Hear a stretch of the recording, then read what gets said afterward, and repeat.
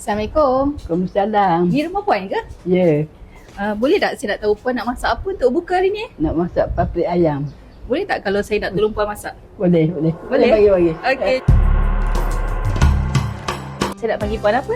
Wan Haba, tapi baru panggil Mok Long. Oh, Mok Long. Ha.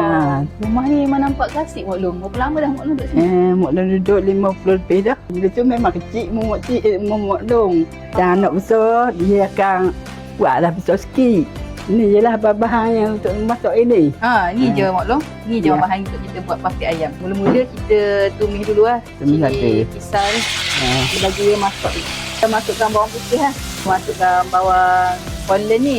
Bagi dia manis sikit. Dan sekali masukkan serai lah. Sekarang ni kita masukkan sos-sos dia. Sos tiram pula.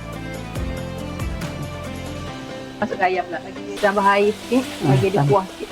Dia sekarang kena masukkan daun limau ni. Ada masukkan obeh bunga, baby corn lah. Dengan kacang panjang. Letak tomato sikit. Nak bagi sedap sikit. Yelah sekali kita masuk cili api lah. Jom Mak Long, siap dah ni? Jom kita buka. Amin.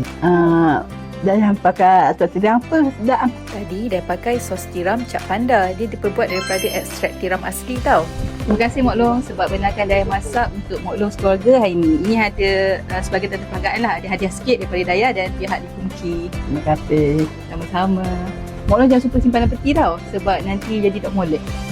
Jadi kepada semua penonton, selamat berpuasa dan selamat menyambut Hari Raya. Bye.